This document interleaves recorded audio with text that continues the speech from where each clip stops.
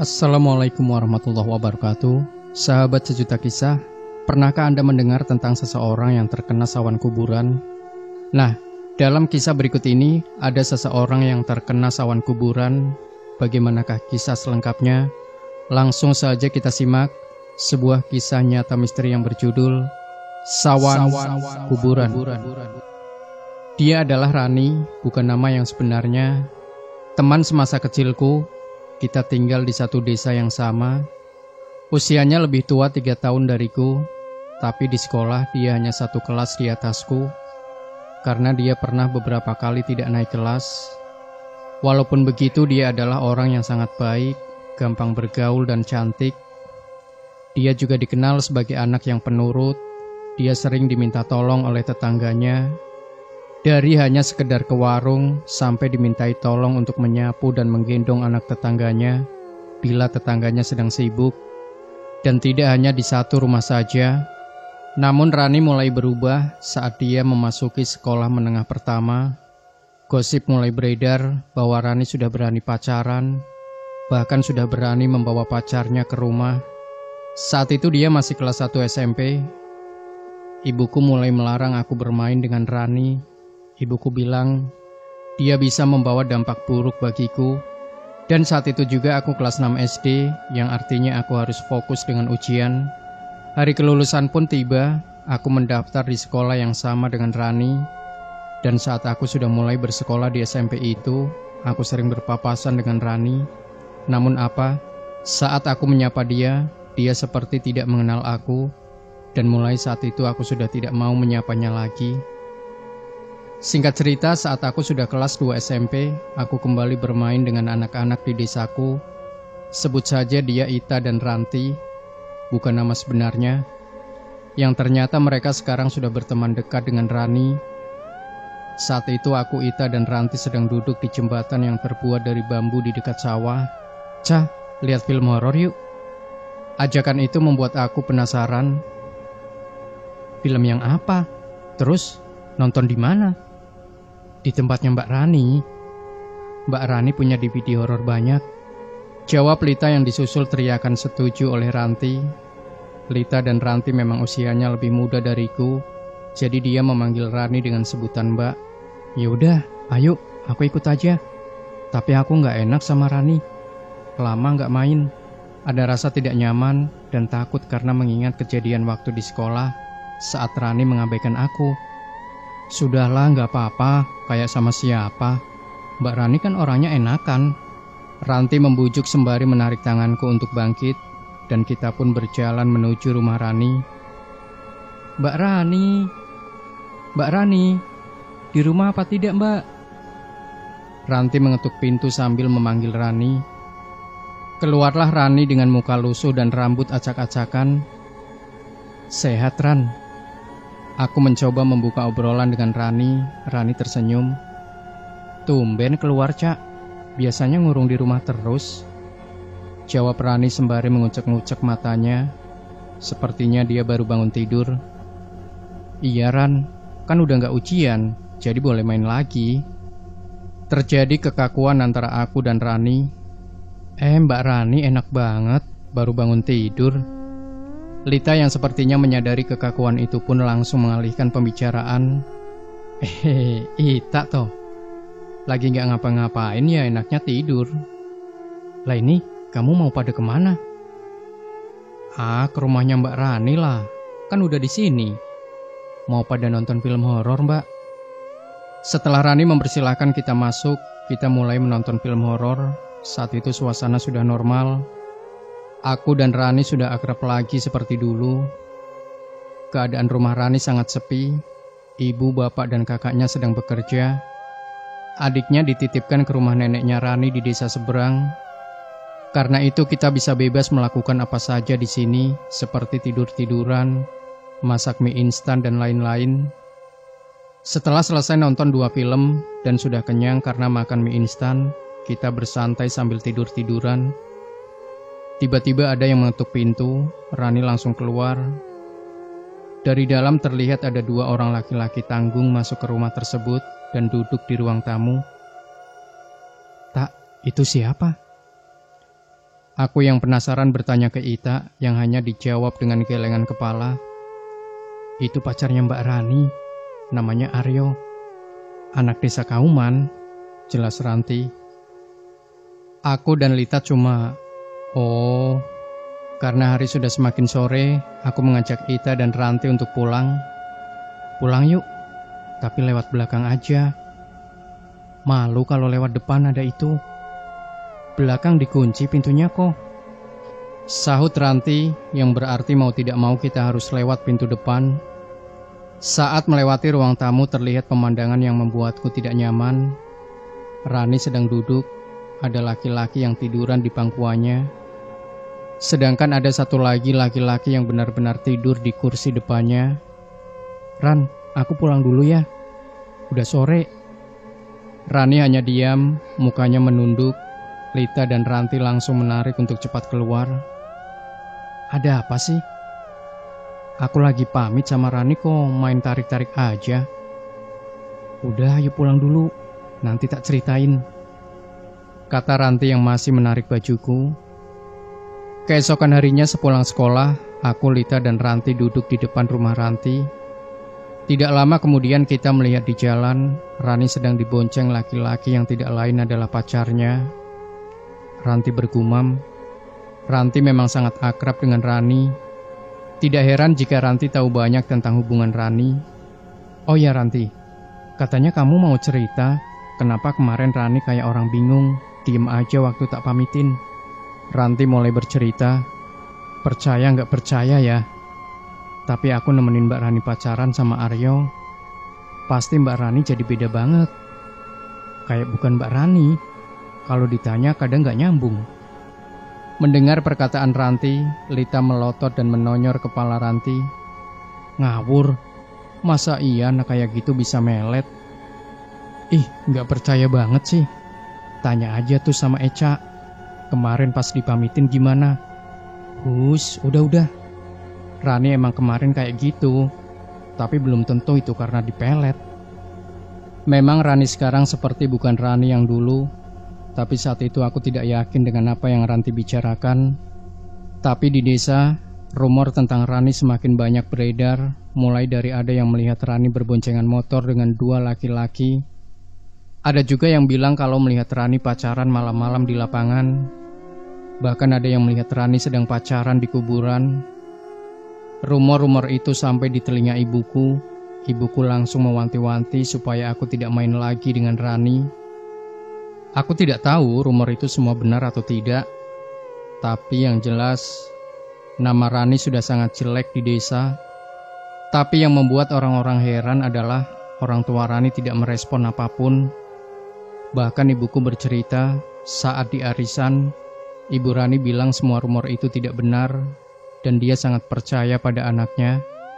Sampai pada suatu sore, saat Lita sedang main di rumahku, dia bercerita bahwa tadi siang saat sepulang sekolah, Rani meminta Lita untuk menemani dia di rumah.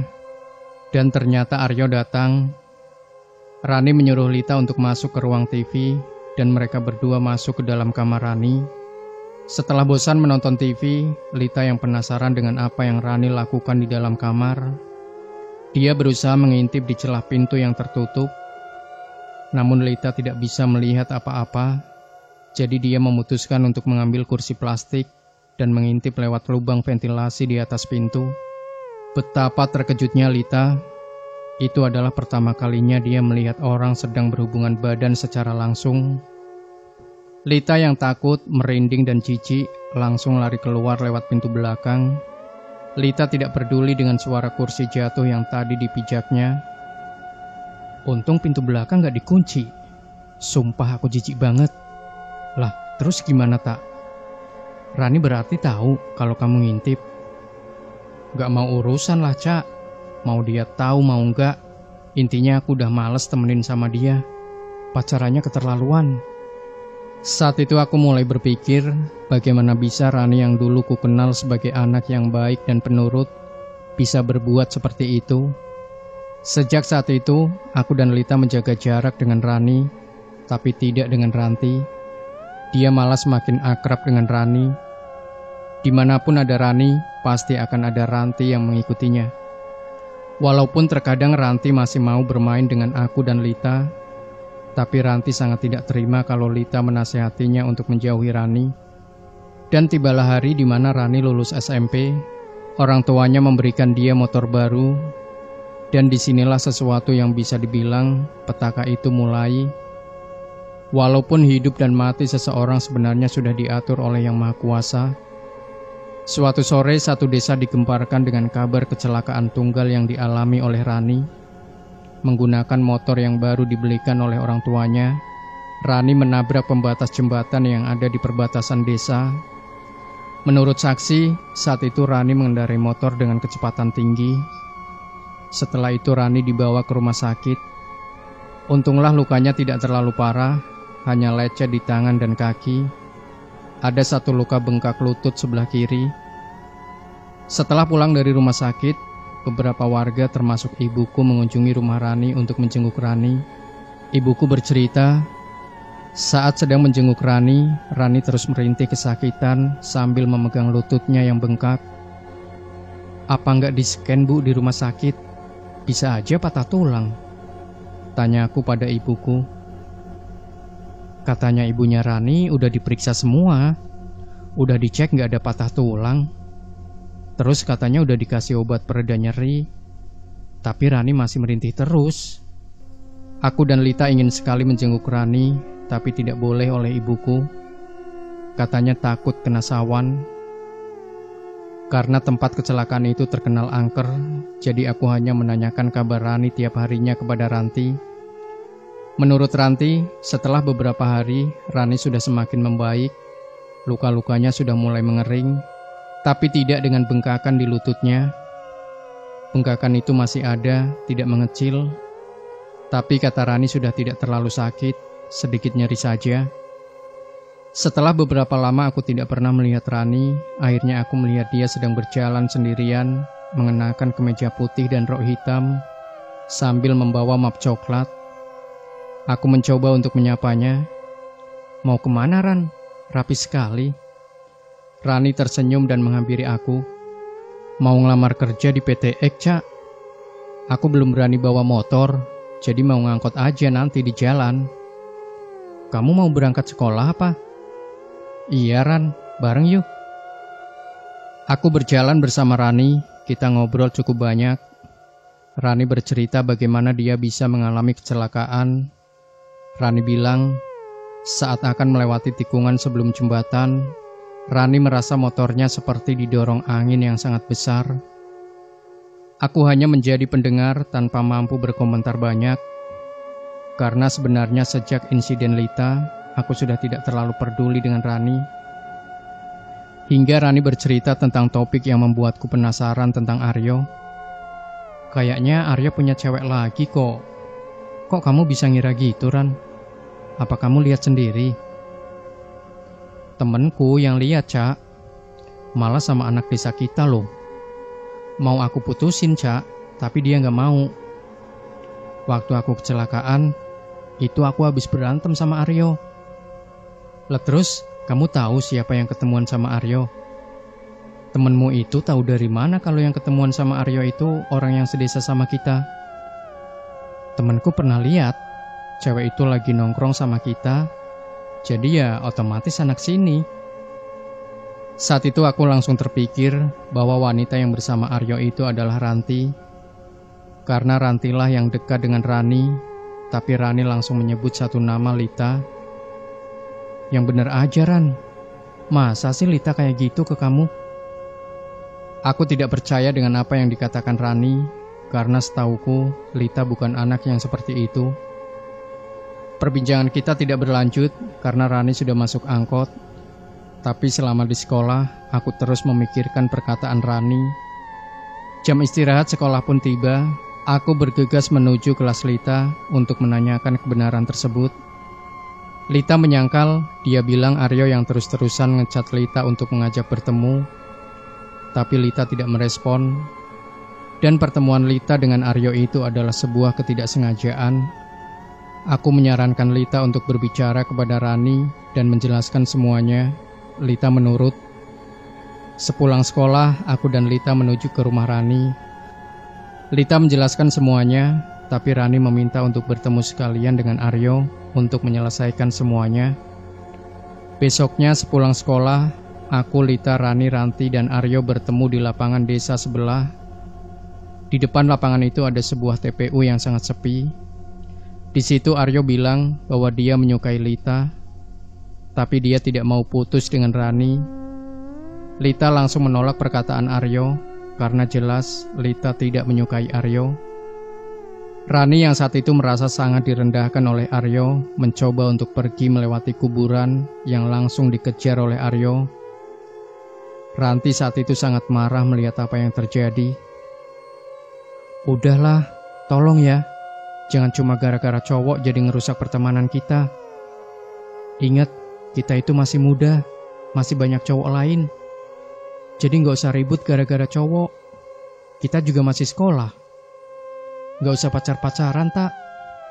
Rani berusaha menasehati semuanya, tapi perkataannya seperti hanya tertuju pada Lita. Lita marah karena merasa terpojok. Dia mendorong Ranti. Ranti jatuh ke tanah. Rani tidak terima melihat Ranti didorong Lita. Dia berusaha menyerang Lita, tapi Lita bisa menghindar. Dan akhirnya Rani sendiri yang jatuh, lututnya yang bengkak membentur nisan. Sontak Rani berteriak, "Anjing, bajingan kamu semua ya, bangsat." Melihat Rani tersungkur, aku langsung menolong dia. Aku memapah dia, terlihat lututnya berdarah. Aku sangat bingung bagaimana menyelesaikan masalah yang bahkan aku sendiri belum pernah mengalaminya. Karena bingung, aku menangis memohon kepada Lita, Ranti, dan Aryo supaya menyudahi semuanya. Akhirnya kita bersama-sama memapah Rani untuk pulang. Sesampainya di rumah Rani, ibuku langsung datang dan menyeretku untuk pulang. Aku dimarah habis-habisan karena tidak mendengarkan perkataan ibuku untuk tidak bermain dengan Rani. Ini anak udah dibilangin suruh jangan main sama Rani, kok ngeyel terus. Tuh lihat, kalau ada apa-apa, nanti kamu ikut disalahin. Aku belum sempat menjelaskan apa yang terjadi, tapi ibu terus memarahiku. Aku hanya menunduk dan pasrah saat ibu memarahiku. Sama halnya dengan Lita. Dia tidak berani keluar rumah setelah mengantar Rani pulang. Karena Lita takut disalahkan atas apa yang menimpa Rani. Malam itu, aku sedang menonton TV di ruang tamu. Aku mendengar seperti banyak orang sedang berjalan di setapak. Aku mencoba mengintip di balik gorden. Ternyata itu keluarga Rani. Terlihat Rani sedang digendong oleh bapaknya. Aku langsung memanggil ibuku. Bu, Rani, Bu." Ibuku langsung menghampiriku. Karena penasaran, ibuku membuka pintu dan memanggil ibunya Rani. Mbak Sri, mau pada kemana? Itu Rani kenapa?" "Rumah sakit," jawab ibu Rani singkat. Terlihat di ujung setapak ada mobil yang sedang menunggu. "Bu, Rani kenapa ya, Bu?" Ibu yang gak tahu. Lah tadi lututnya Rani sampai luka itu gimana? Aku menceritakan semua pada ibu, lalu ibu bertanya di kuburan mana kejadiannya. Aku bilang bahwa itu di kuburan C. Muka ibuku langsung berubah seperti orang ketakutan. Aduh, ibu harus bicara sama ibunya Rani, Cak. Ibuku langsung mengambil jaket. Cak ikut ya, Bu. Ibu hanya menatapku dan mengangguk. Kita berjalan menuju rumah Rani untuk menanyakan Rani dilarikan ke rumah sakit mana. Di rumah Rani kita bertemu dengan kakaknya Rani. "Mas Restu, Rani dibawa ke rumah sakit mana, Mas?" "Di rumah sakit X, Cak. Tapi kayaknya cuma diperiksa aja. Nggak opnam kok, Cak." Ibuku hanya manggut-manggut mendengar ucapan Mas Restu. Ibuku memutuskan untuk menunggu di rumah Rani dan aku diminta untuk pulang saja oleh ibuku. Sebenarnya aku sangat penasaran apa yang akan disampaikan oleh ibuku, tapi aku tidak bisa menentang ibuku. Aku hanya bisa menunggu ibuku di rumah. Jam sudah menunjukkan pukul 10, tapi ibuku belum juga pulang. Bapak mencoba menyusul ke rumah Rani. Tidak lama kemudian, bapak dan ibu pulang. Aku mendengar mereka sedang berdebat kecil sebelum masuk rumah, tapi aku tidak tahu apa yang mereka perdebatkan. Aku tidak berani bertanya. Akhirnya aku memutuskan untuk tidur saja. Keesokan harinya, saat sedang sarapan, aku mencoba bertanya kepada ibuku tentang bagaimana kondisi Rani dan apa yang diperdebatkan ibu dan bapak. "Bu, Rani gimana, Bu?" Ibu menatapku dan raut mukanya menunjukkan ada perasaan tidak nyaman saat aku menanyakan tentang Rani. "Udah dihabisin dulu makannya, nanti ibu ceritain di jalan." Pagi itu aku berangkat ke sekolah diantar oleh ibuku. Di jalan ibu bercerita tentang kejadian semalam. Ibuku bilang kepada ibunya Rani untuk berhati-hati. Bisa saja Rani kena sawan kuburan, karena sorenya Rani dan aku bermain di sana, dan ada darah Rani yang tercecer di tanah kuburan itu. Tapi ibu Rani sama sekali tidak percaya. Dia beralasan bahwa Rani dibawa ke rumah sakit karena dia sakit gabak. Saat bapak menyusul ibuku, bapak melihat ibu sedang berdebat dengan ibunya Rani. Saat pulang, bapak bilang untuk tidak usah ikut campur urusan orang lain. Saat itulah terjadi perdebatan kecil sebelum ibu dan bapak masuk ke rumah. Setelah itu ibu bercerita kalau kuburan itu terkenal sangat angker, berbeda dengan kuburan-kuburan lainnya yang ada di sekitaran desaku. Ada 3 pemakaman umum lainnya. Jarang ada orang yang berani masuk ke TPU itu walaupun siang hari. Saat ibuku masih remaja, dulu pernah ada sepasang kekasih yang pagi-pagi ditemukan terbujur kaku dengan posisi sedang berhubungan badan alias gancet. Pernah juga ditemukan darah berceceran di area pembangunan rumah di depan kuburan tersebut, tapi tidak diketahui itu darah milik siapa. Masih banyak lagi kejadian yang terjadi di tempat tersebut, yang bila diceritakan mungkin akan jadi sebuah treat yang panjang. Sesampainya di sekolah, aku langsung mencari Lita di kelasnya. Dia sedang duduk sendirian di dalam kelas sambil termenung. "Tak, kamu ngapain sih sendirian?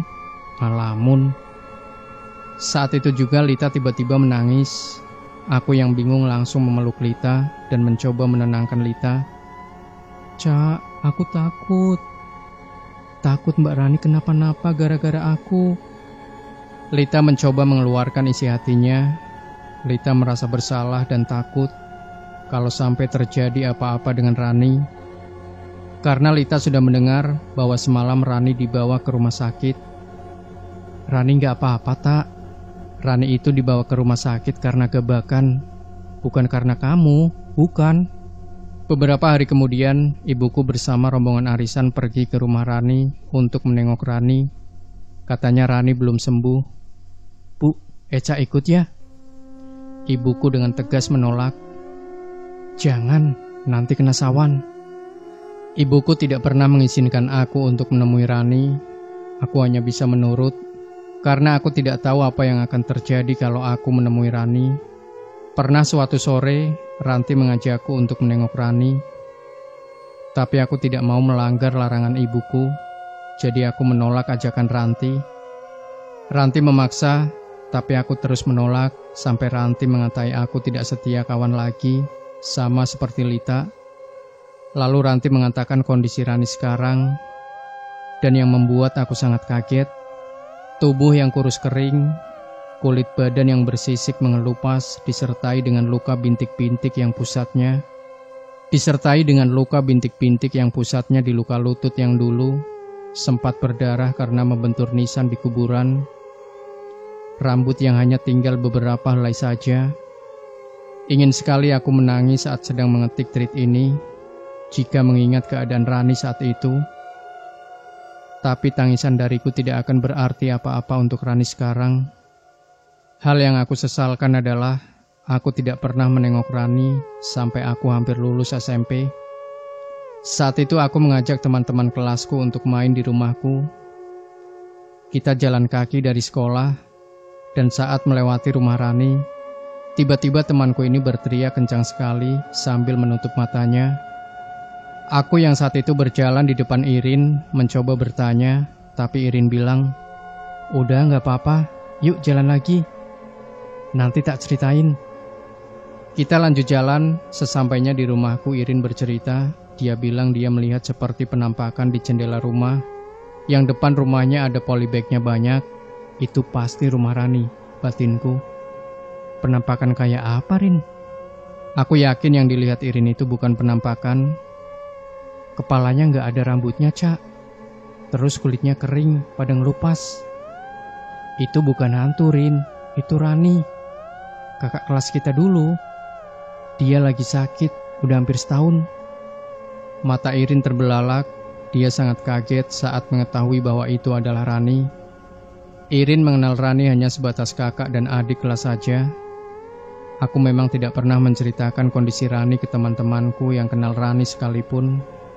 Aku tidak ingin Rani jadi perguncingan karena sakitnya itu. Selama hampir setahun Rani sakit, orang tua Rani sudah membawa Rani ke beberapa rumah sakit, tapi belum ada yang bisa menyembuhkan Rani. Aku mendengar ini dari ibuku dan Ranti. Sampai akhirnya orang tua Rani memanggil Mbah Karto. Mbah Karto adalah orang yang dipercaya oleh masyarakat sekitar sebagai orang pintar.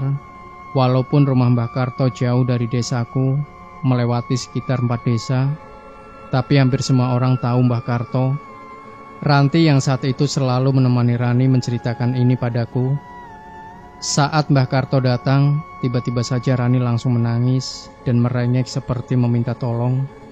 Aku lupa bilang bahwa Rani saat itu sudah tidak bisa bicara. Bukan sama sekali tidak bisa bicara, tapi Rani berbicara seperti, "Maaf, tunarungu." Mbah Karto menghampiri Rani, mengusap kepala Rani dan memeluk Rani. Seketika itu orang tua Rani pun tidak dapat membendung air matanya. Begitu juga dengan Ranti. Setelah itu, Mbah Karto meminta Ranti dan orang tua Rani untuk keluar dari kamar Rani. Ranti tidak tahu apa yang Mbah Karto lakukan di kamar Rani. Tapi saat selesai, Ranti masuk ke kamar Rani. Dia melihat Rani tidur. Ranti bilang dia tidak pernah melihat Rani tidur dengan nyenyak seperti itu. Benar-benar damai. Lalu Ranti dipanggil oleh orang tua Rani. Mereka berempat duduk di ruang tamu. Lalu Mbah Karto mulai berbicara. "Sri, anakmu itu udah capek." "Capek gimana, Mbah?" Mbah Karto menghela nafas. "Jiwanya sudah dipegang sama penunggu makam." Mendengar itu, Ibu Sri langsung menangis. "Dipegang gimana, Mbah? Kok bisa sampai dipegang itu gimana?" Lalu Mbah Karto mendesak Ranti untuk menceritakan apa yang sebenarnya terjadi saat di kuburan waktu itu. Ranti menceritakan semuanya dengan detail. Sampai pada saat Rani terjatuh dan dia mengumpat, Mbah Karto memotong cerita Ranti. Menurut Mbah Karto, penunggu di makam C merasa tertantang dengan ucapan Rani. Lalu Mbah Karto meminta Bapak dan Ibu Rani untuk menggelar yasinan selama 7 hari penuh dan meminta semua keluarga Rani untuk mengaji di rumah Rani. Saat akan pulang, Mbah Karto meminta maaf kepada Ibu dan Bapak Rani karena tidak bisa menolong banyak. "Saya cuma bisa menolong seperti ini saja. Selebihnya, pasrahkan saja kepada Allah. Hidup dan mati itu sudah ada yang menentukan." Ibu Rani hanya mengangguk pasrah mendengar perkataan Mbah Karto. Pesan terakhir dari Mbah Karto adalah Mbah Karto ingin bertemu dengan Aryo dan meminta tolong Ranti untuk menghubungi Aryo. Memang sejak Rani sakit, Aryo sudah tidak pernah datang ke rumah Rani lagi, dan Ranti pun sudah tidak pernah berkomunikasi dengan Aryo. Bagaimana dengan Lita? Lita sama denganku, dia tidak pernah menjenguk Rani.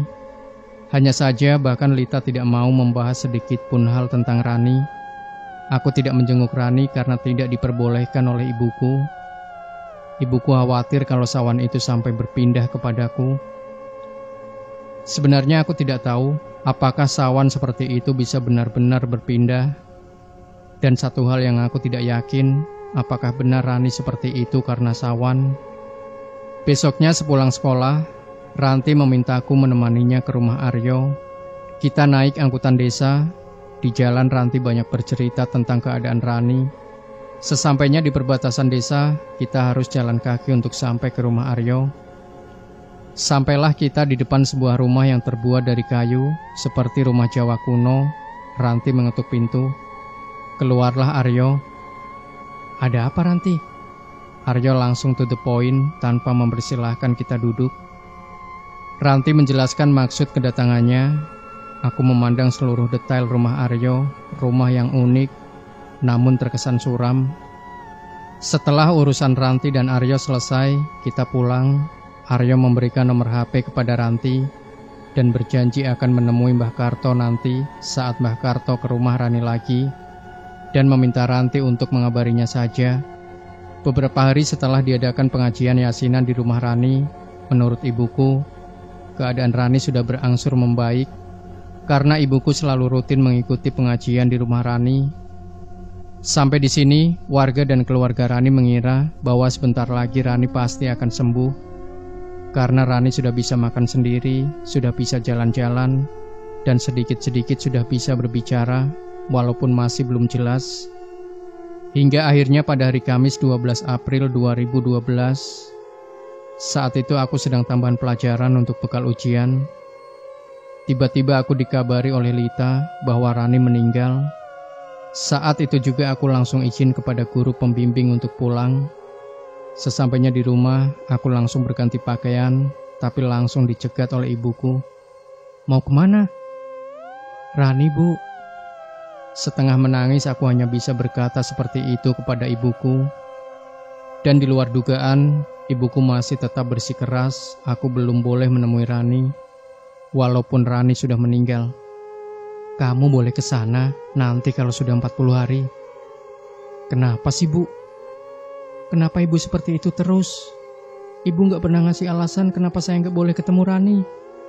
Ibuku diam menatapku dalam, dan beliau menjelaskan bahwa jika orang terkena sawan dan sudah tidak bisa ditolong, biasanya sawannya akan berpindah saat orang itu meninggal dan sudah mengincar orang lain saat sawan itu masih di tubuh yang pertama. Lah kok Ranti bareng terus sama Rani, Bu, tapi gak kena sawan? Kamu itu beda. Mbah Kakung dulu itu suka nyimpen keris yang ada isinya. Lah, isinya itu ada yang ikut sama kamu dari kamu lahir. Karena kamu itu anak pertama dari cucu pertama. Sama ke Pak Lekmu, Lek Rian. Karena Pak Lekmu itu anak terakhir dan laki-laki sendiri. Jadi kamu sering diliatin penampakan dari kecil. Lah, kalau Pak Lekmu itu jadi sering kena musibah waktu kecil karena badannya gak mau menerima. Aku sudah pernah diberitahu hal itu oleh Mbah Kakung saat aku bertengkar dengan bulekku, dan Mbah Kakung mewanti-wanti untuk jangan sampai menggunakan fisik, cukup dengan mulut saja, karena jika sampai menggunakan fisik maka bulekku akan celaka. Tapi aku tidak menyangka ini akan jadi sekompleks itu. Bahkan sampai aku tidak boleh bertemu Rani, aku terdiam memikirkan perkataan ibuku. Sudah nurut saja sama ibu. Ibu gak mau kamu kenapa-kenapa. Ibu bilang sesuatu yang benar. Ibu bilang sesuatu yang benar buat kebaikanmu sendiri. Jadi gak usah ngeyel. Rasa bersalah hanya itu yang aku rasakan sampai sekarang karena tidak bisa menemani Rani bahkan sampai akhir hayatnya. Setelah 40 hari aku mengajak Ranti untuk ke rumah Rani untuk bertemu dengan ibunya. Di rumah Rani ternyata ada Mbah Karto. Saat aku salim dengan Mbah Karto membelai rambutku dan bertanya, "Anak cantik, Mbah Kakung sehat?" "Alhamdulillah sehat, Mbah." Mbah Karto hanya mengangguk dan tersenyum. Mbah Kakung dan Mbah Karto memang sudah berteman sejak lama. Ranti teringat dengan ucapan Aryo untuk mengabarinya apabila Mbah Karto sedang di rumah Rani. Karena saat Rani meninggal pun Aryo tidak datang untuk melayat. Tidak lama setelah Ranti mengabari Aryo, Aryo pun datang. "Sini, masuk nak." Mbah Karto memberi silakan Aryo untuk masuk. Mbah Karto diam sejenak menatap Aryo. "Ceritakan saja nak, apa yang mengganjal? Gak apa-apa." Aryo mengusap mukanya. Aku dan Ranti hanya diam memperhatikan. Dengan sabar Mbah Karto mengusap punggung Aryo. "Saya takut, Mbah, Rani meninggal gara-gara saya." Jangan keras-keras, Mas. Takut ibunya Rani dengar, gak enak. Ranti mencoba mengingatkan Aryo karena saat itu ibunya Rani sedang membuat teh di dapur. Dan benar ibunya Rani keluar. Kok bisa kamu bilang kayak gitu, Mas? Memangnya Rani kamu apakan? Aryo terdiam, mulutnya seperti dikunci. Dia hanya memandang ke bawah. Tidak lama bapaknya Rani ikut bicara. Sudah, sekarang kamu terus terang saja. Ini anak punya ilmu, ucap Mbah Karto seraya menunjuk Aryo. Aryo kaget mendengar pernyataan Mbah Karto. Tapi sudah tidak saya amalkan, Mbah. Ya udah enggak, orang Rani udah enggak ada. Mbah Karto tersenyum sinis. Ibu Rani yang seperti sedang menahan emosi akhirnya menangis. Kamu ya yang membunuh Rani? Ibunya Rani mencengkram bajunya Aryo yang langsung dilerai oleh bapaknya Rani. Duduklah dulu. Mbah Karto menyuruh ibunya Rani untuk duduk kembali. Dengan sabar Mbah Karto menasehati ibunya Rani. Aku dan Ranti hanya bisa terdiam melihat ini semua. Saya nyuruh kamu ke sini untuk bertemu saya. Saya ingin kamu jujur sama orang tuanya Rani. Lalu kamu minta maaf. Rani saya pelet sama Patok Sukmo. Aku tercengang mendengar perkataan Aryo. Ternyata benar gosip yang selama ini beredar. Aryo bangkit lalu bersujud di depan kaki ibunya Rani. Kamu itu masih muda, nak. Kalau punya ilmu jangan dipakai untuk hal yang tidak baik. Aku tahu itu nggak ada kaitannya dengan kematian Rani. Tapi ilmunya kamu bisa membahayakan diri kamu sendiri. Iya mbah, saya janji nggak bakal pakai ilmu-ilmu seperti itu lagi. Ibunya Rani hanya bisa menangis mendengar permintaan maaf Aryo. Ada rumor-rumor beredar bahwa hantunya Rani gentayangan. Ada beberapa warga yang mengaku pernah bertemu dengan hantunya Rani. Tapi sampai sekarang aku tidak pernah bertemu atau dihantui oleh hantu tersebut. Doaku semoga Rani husnul khotimah dan ditempatkan di tempat yang sepantasnya. Amin. Demikian sahabat sejuta kisah. Jangan lupa berikan komentar Anda, like, share video ini, subscribe channel Sejuta Kisah, dan kembali nantikan cerita-cerita misteri terbaru dari kami. Wassalamualaikum warahmatullahi wabarakatuh.